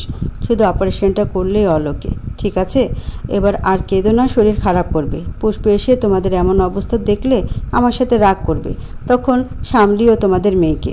অহনা বেগমের খানিক রাগ হলো ছেলের উপর। এতদিন কেন সে বলেনি পুষ্পর কথা? আজ কেন নিজ থেকে জানতে হলো? ওনাদের কি জানার অধিকার নেই? ভদ্রমহিলা অভিযোগও করলেন এই নিয়ে ছেলের কাছে। ওর এমন অসুস্থতার কথা আগে কেন জানালি না আমাদের জানার অধিকার নেই তা নয় মা, আমি জানতে পেরেছি কয়েকদিন আগে। আমি বলতাম সবাইকে, শুধু সময়ের অপেক্ষা করছিলাম। তার আগে সব জেনে গেলে। আর এত সিরিয়াস নয়, এজন্য জানাচ্ছিলাম না। অকপটে মেথেটুকু বলে ফেলল সে। হার্টের রোগী মাকে বেশি চিন্তা দিতেও ভয় হয় তার। সবাই যদি তাকে ছেড়ে চলেই যায় তাহলে সে কী নিয়ে বাঁচবে? এই ভয় কাউকে বলতে চায়নি সে। কিন্তু নিয়তিতে তো অন্য কিছু ছিল। আকাশে চাঁদ উঠলে যে কখনো ঢাকা থাকে না, একসময় মেঘ সরে গিয়ে চাঁদের দেখা মিলবেই, এটা তার বোঝা উচিত ছিল। শেষমেশ দুজনকে সান্ত্বনা বাণী বুঝিয়ে আবার সেখান থেকে উঠে গেল প্রার্থ। ওদিকটা দেখতে হবে বলে যেভাবে বসেছিল সেভাবে চলে গেল। পা দুটো টলছে তার, শরীর সায় দিচ্ছে না এগিয়ে যেতে। দুশ্চিন্তার দরুন দুর্বল হয়ে পড়েছে শক্তপোক্ত দেহখানা। তবুও সে হাঁটল। মাঝপথে একবার পাটা টলে গিয়ে পড়তে নেয়। বন্ধুরা তাকে ধরে ফেলে। সে মুচকি হেসে আবার হাঁটা দেয় নিজ উদ্যোগে, কাউকে ধরতে দেয় না। সে কি দুর্বল নাকি? সময় ও পরিস্থিতি তার একটু শক্তির পরীক্ষা নিচ্ছে। এই তো ডাক্তার শারমিন কেবিন থেকে বের হলো রাত প্রায় 8:30টার দিকে। পুষ্পকে এখানে আনা হয়েছে সন্ধ্যা 7টারও আগে। ডাক্তার মুখের সার্জিক্যাল মাস্ক খুলে থুতনিতে ঝুলিয়ে রাখলেন। প্রার্থ নিজেকে কোনো মতে তুলে ডাক্তারের সামনে বিধ্বস্ত রূপে দাঁড়ালো। প্রার্থর বিচলিত প্রশ্ন জর্জরিত মুখ দেখে আর কিছু বলতে হলো না তাকে। ডাক্তার নিজেই বলতে শুরু করলেন, মিস্টার পার্থ চৌধুরী, কথাগুলো মনোযোগ দিয়ে শুনুন। প্লিজ হাইপার হবেন না। পেশেন্টের ক্রনিক সাবডুরাল হেমাটোমার কারণে মস্তিষ্কের চাপ সৃষ্টি হচ্ছিল। এই ইন্ট্রাক্রানিয়াল প্রেশার বাড়ার কারণে অটোনমিক সিস্টেমে ডিসরাপশন হয়। ফলে ইউরেটেরাইন ব্লাড ফ্লো কমে গিয়ে প্লাসেন্টারে কার্যক্ষমতা বিঘ্নিত হয়। এই রকম পরিস্থিতিতে ফিটাস পর্যাপ্ত অক্সিজেন পায় না এবং স্যাডলি স্পন্টেনিয়াস অ্যাবর্শন ঘটে যায়। একটু থেমে ফের বলেন, বাচ্চা আর নেই মিস্টার চৌধুরী, আপনার স্ত্রীর মিসক্যারেজ হয়েছে। বাচ্চা আর নেই কথাটুকু কর্ণকুহর হতেই গায়ে কাটা দিয়ে উঠল সকলের। প্রত্যয় সাহেব ভেঙে পড়লেন কান্নায়। কার্তিক রকে গিয়ে তাকে ধরল। প্রার্থ এখনও স্তব্ধ দাঁড়িয়ে। সমস্ত শরীর কাঁপছে তার। সে হয়তো পড়ে যাচ্ছে। কমজোরতার পেছনে পড়ে যেতে নিল ফের। অন্ত এসে খপ করে ধরে ফেলে তাকে। পরপর অর্ণবরাও এসে পেছন থেকে আঁকড়ে ধরে প্রার্থকে। সে আবার সোজা হয়ে দাঁড়ায়। শরীরের অবাধ কম্পন নিজেও টের পাচ্ছে। রক্ত জবার ন্যায় লাল চোখে অশ্রুদের দখলদারি। টপ টপ করে কয়েক ফোঁটা নোনা তল গড়িয়ে পড়ল কপল বেয়ে। ডাক্তার দেখল তার অশ্রুসিক্ত নয়নজোড়া। কে বলল ছেলেরা কাঁদে না? ছেলেদের কাঁদতে নেই, ছেলেরাও কাঁদে। তাদেরও কষ্ট হয়, তাদেরও কাঁদা উচিত। ডক্টর শারমিন এই ডাক্তারি পেশায় এসে বহু পুরুষকে কাঁদতে দেখেছেন। হাওমাও করে বাচ্চাদের মতনও কাঁদতে দেখেছেন। প্রার্থ তখন সিক্ত নয়নে তাকিয়ে ভাঙা গলা অস্পষ্ট সুরে জিজ্ঞেস করল, আমার ফুল? ফুল বলাতে তিনি বুঝতেন না। ভ্রু কুচকে প্রশ্ন করবে তার আগে পাশ হতে অর্ণব বলল, মানে ওর স্ত্রী পুষ্পর কথা জিজ্ঞেস করছে। ওর কি অবস্থা? ও ঠিক আছে? ঠিক আছে, তবে সামনে ঠিক নাও থাকতে পারে। শুধুমাত্র অতিরিক্ত চিন্তার ফলে এই অ্যাক্সিডেন্টটা ঘটে গেল। তিনি যখন জানবেন তার গর্ভে তার সন্তান নেই তখন হয়তো আরও ভেঙে পড়বেন এবং এটিই তার জন্য সর্বনাশ ডেকে আনবে। মিস্টার চৌধুরী, আপনাকে দ্রুত সব করতে হবে। নিউরো সার্জনের সঙ্গে যোগাযোগ করুন। ইমিডিয়েটলি অপারেশনের ব্যবস্থা করুন। ডক্টর ইফতেখারকে আমি আপনার কাছে পাঠাচ্ছি, পরামর্শ করে নেবেন। প্রার্থর শরীর থরথর করে কাঁপছে। শ্বাস নিতে পারছে না কেন? দম বন্ধ হয়ে আসছে। বুকের ভিতরে এত চাপা লাগছে কেন? মনে হচ্ছে ভারী কিছু রেখে দিয়েছে কেউ। সে আবার রোধ হয়ে হাসা কণ্ঠে জিজ্ঞেস করলো, একটু দেখা করতে পারবো? পারবেন। কিছুক্ষণের মধ্যে অন্য রুমে শিফট করা হবে, তখন দেখা করে নেবেন। নিজেদের খেয়াল রাখুন এবং আপনার স্ত্রীকে যথাসম্ভব চিন্তামুক্ত রাখার চেষ্টা করুন। আসি। ডাক্তার চলে গেল। প্রার্থ সেখানেই দাঁড়িয়ে রইল পাথরের বনে। স্তব্ধ ভাইকে দেখে অন্ত পেছন থেকে মলিন কণ্ঠে ভাই বলে ডাকলো। প্রার্থর ধীরে মাথাটা অন্তর দিকে ঘুরিয়ে বলল, অন্ত, আমার বাচ্চাটা আর নেই। এমন মলিন অসহায় কণ্ঠে বুক ফেটে যায় সকলের। টলমল করে উঠে চোখ। অর্ণব বলে, ভেঙে পড়িস না, এদিকে একটু বস। পার্থ বসে না, ওখানেই দাঁড়িয়ে থাকে। হঠাৎ ধপ করে হাঁটু মুড়ে বসে পড়ে, মাথা ঝুঁকে অশ্রু বিসর্জন দেয়। 2 হাত উঁচু করে চোখের সামনে তোলে, হাত দুটো থরথর করে কাঁপছে। সেই শূন্য কাঁপা হাতের দিকে তাকিয়ে ভাঙা গলায় আওড়ায়, আমার বাচ্চাকে আমি আমার 2 হাতে তুলতে পারলাম না। ওকে সবার প্রথম আমি আমার এই হাতে তুলতে চেয়েছি। ভেবেছিলাম সে এসে আমার বাবা রেখে যাওয়া খালি থাকা জায়গাটা পূরণ করে দেবে। আমার বাবা হয়ে আসবে সে আমার কাছে, কিন্তু সেও চলে গেল, আমাকে ধোঁকা দিয়ে চলে গেল। জায়গাটা তো শূন্য হয়েই রয়ে গেল। আমার তাকে না দেখে না ছুঁয়েই বিদায় দিতে হলো। প্রার্থনা এমন আহাজারিতে কেঁদে ফেলে অন্ত। নিচে বসা অবস্থায় জড়িয়ে ধরে ভাইকে। অর্ণবরাও পাশে থেকে তাকে জড়িয়ে নেয়, ভরসা দেয়। নিচ থেকে উঠিয়ে বসে চেয়ারে, পাশে বসে অর্ণব সান্ত্বনা দেয়, প্রার্থ প্লিজ সামলা নিজেকে। জন্ম মৃত্যু সব আল্লাহর হাতে, তিনি যেমন নিয়েছেন তার থেকেও বেশি দিবেন। এখন ফোকাস পুষ্পর উপর রাখ। ও ঠিক থাকলে আবারও তোদের সন্তান আসবে, তোর ফাঁকা জায়গাটা আবারও পূরণ হবে। তুই যদি ভেঙে পড়িস তাহলে ওর কি হবে ভাব। ওকে তো তোকেই সামলাতে হবে, বোঝাতে হবে।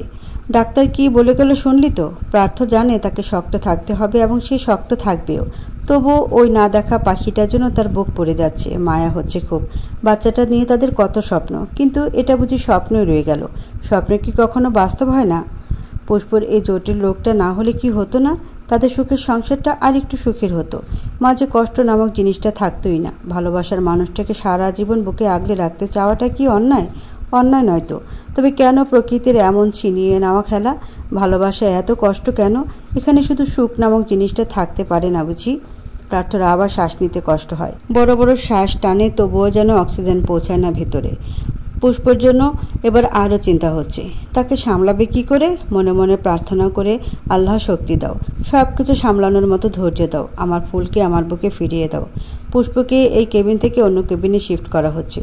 চলন্ত বেড়ে করে মাত্রই কেবিন থেকে বের করলো তাকে। প্রার্থ হুড়মুড়িয়ে যায় তার সামনে। পুষ্প চোখ দুটো স্বল্প পরিসরে খুলে রেখেছে, চোখে মুখে ক্লান্তির ছাপ। প্রার্থর সামনে আসতেই সেই ক্যানেলা লাগানো হাতটা উপরে ওঠায়।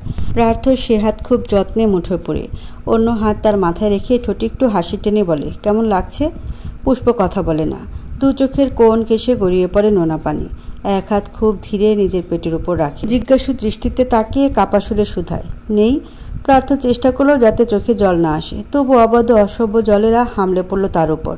টপ করে 1 ফোঁটা পানি পড়ল পুষ্পর হাতে। পুষ্প ফুঁপে ওঠে তখন। প্রার্থ কিছু বলতে পারে না। প্রত্যয় হোসেন এসে দাঁড়ায় তখন মেয়ের অন্য পাশে।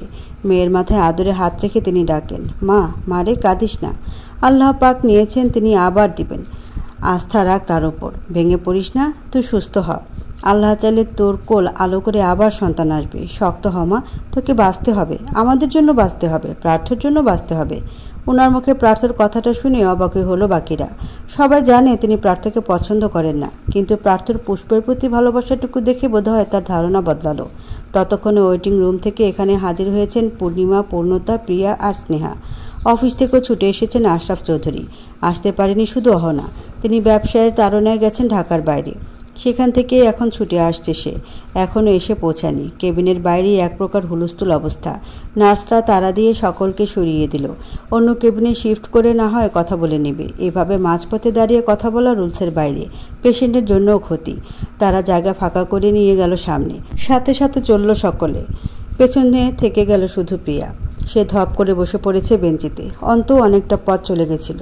পেছনে ফিরে প্রিয়াকে সেখানে দেখেই ফিরে এলো। প্রিয়া হেঁচকি তুলে কাঁদছে।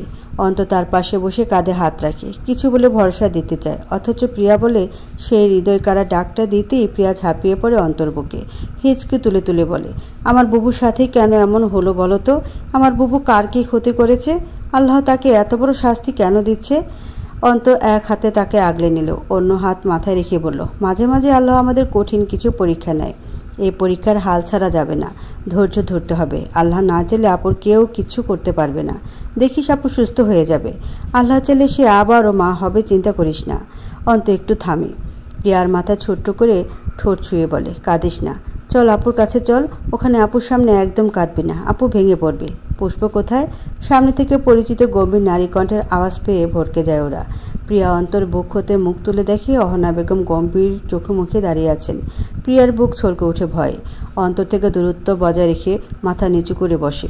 অন্ত উঠে দাঁড়ায়, খুব স্বাভাবিকভাবেই বলে, 304 নম্বর রুমে আম্মু, সামনেই আছে। বড় মা খুব কাঁদছে, একটু দেখো গিয়ে। তার মুখ ভঙ্গি বদলালো না, ওরকম গম্ভীর মুখেই বললেন, তুমিও এসো। একবার প্রিয়ার উপর চোখ বুলিয়ে তিনি চলে গেলেন। অন্তর মা তাদের সচরাচর তুমি বলে ডাকে না, তুই বলে ডাকে। যদি কোনো সিরিয়াস ইস্যু হয় ঠিক তখনই ভদ্রমহিলা ছেলেদের তুমি সম্বোধন করেন। অন্ত বুঝেও চুপ রইল, তার মাঝে ভয় কাজ করছে না। যে ছেলের মাকে দেখলে ভয় হতো, মায়ের ভয়ে যে সবসময় মায়ের পছন্দ মতো কাজ করতো, সে আজ মাকে ভয় পেল না। মনে মনে অজস্র সাহস তার। যদি এখন তার মা জিজ্ঞেসও করেন, প্রিয়া তোমার কি হয়? তোমাদের তো এভাবে জড়িয়ে ধরা সম্পর্ক নয়, তবে কেন দুজনে এত কাছাকাছি? অন্ত তখন নির্দ্বিধা নির্লজ্জার মতো বলতো, সম্পর্ক এখনও সে পর্যায়ে যায়নি যে পর্যায়ে গেলে একটা ছেলের অধিকার থাকে তার প্রেয়সীকে বুকে আগলে সামলে রাখার। কারণ আমাদের বিয়ে হয়নি, কিন্তু প্রেমিক পুরুষ হিসেবে প্রেমিকার দুঃখে বুক পেতে দেওয়া তো আমার দায়িত্ব। আমি আমার দায়িত্ব পালন করছি, কারণ আমি তাকে ভালোবাসি। যেদিন বিয়ে নামক পবিত্র বন্ধনে আবদ্ধ হব সেদিনই না হয় বলবো সম্পর্কের কথা। অন্তকে এখনও বুক চিতিয়ে দাঁড়িয়ে থাকতে দেখে প্রিয়া অবাক হয়। কান্না থামিয়ে অবাক চোখে তাকায়, পরপর চোখখানিক ভয় নিয়ে শুধায়, আন্টি কি বুঝে ফেললো? বকবে আমাদের? অন্তপ্রিয়ার হাত ধরে টেনে দাঁড় করায়, বলে কিছু হবে না, আমি আছি তো, আপুর কাছে চল। প্রিয়া আর কিছু বলে না। এখন এগুলো ভাবার সময় না, তাকে তার বুবুর কাছে যেতে হবে। ওখানে বুবু কেমন পাগলামি করছে কে জানে। আমার বাচ্চা কই? আমার বাচ্চাকে এনে দিন। ও এখানে ছিল আমার পেটের ভিতর, ও এখনও নড়তে শেখেনি। আমি ওকে অনুভব করিনি। ও কোথায়? ও এখানে ছিল তো। নিজের পেট দেখিয়ে বাচ্চার জন্য আহাজারি করে যাচ্ছে পুষ্প। কান্নার হিরিকে কথা বলতে কষ্ট হচ্ছে, তবুও বলেই যাচ্ছে। সদ্য সন্তান খোয়ানোর বেদনায় বিষিয়ে উঠেছে চারপাশ। যে বাচ্চা এখন অবধি চোখে দেখেনি, ছুঁয়ে দেখেনি, অনুভব পর্যন্ত করেনি, তার জন্য মায়ের কি কান্না। সে মায়ের কান্নায় ভারী হয়ে উঠেছে পুরো কেবিন। পুষ্প হাত পা ছোড়াছুড়ি করে আর্তনাদ করছে। তা দেখে প্রার্থ আরেকটু এগিয়ে আসে, দুপাশে হাত দিয়ে ওর বাহু চেপে ধরে বেডের সাথে। প্রার্থর চোখ মুখ কঠোর। সে জানে এ সময় তাকে পাথর হতে হবে, আবেগে ভাসলে চলবে না। ইস্পাতের ন্যায় কঠোর দৃঢ় কণ্ঠে পুষ্পর মুখের উপর ঝুঁকে তাকে ডাকলো, পুষ্প, পুষ্প, কাম ডাউন, ডোন্ট প্যানিক প্লিজ। পুষ্প। পুষ্প শুনল না, তখনও হাত পা ছোড়াছুড়ি করে আহাজারি করছে। প্রার্থ খানিক ধমকে উঠল, ফুল এদিকে তাকা, লুক অ্যাট মি ফুল। প্রার্থর ধমকে খানিক গুটিয়ে আসে সে। ফোলা ফোলা চোখে জল সমেত তাকায় প্রার্থর মুখে। প্রার্থ কঠোর চোখ দুটো পাথর বানিয়ে তাকায় পুষ্পর চোখে। দৃঢ় গলায় বলে, বাচ্চা চাই?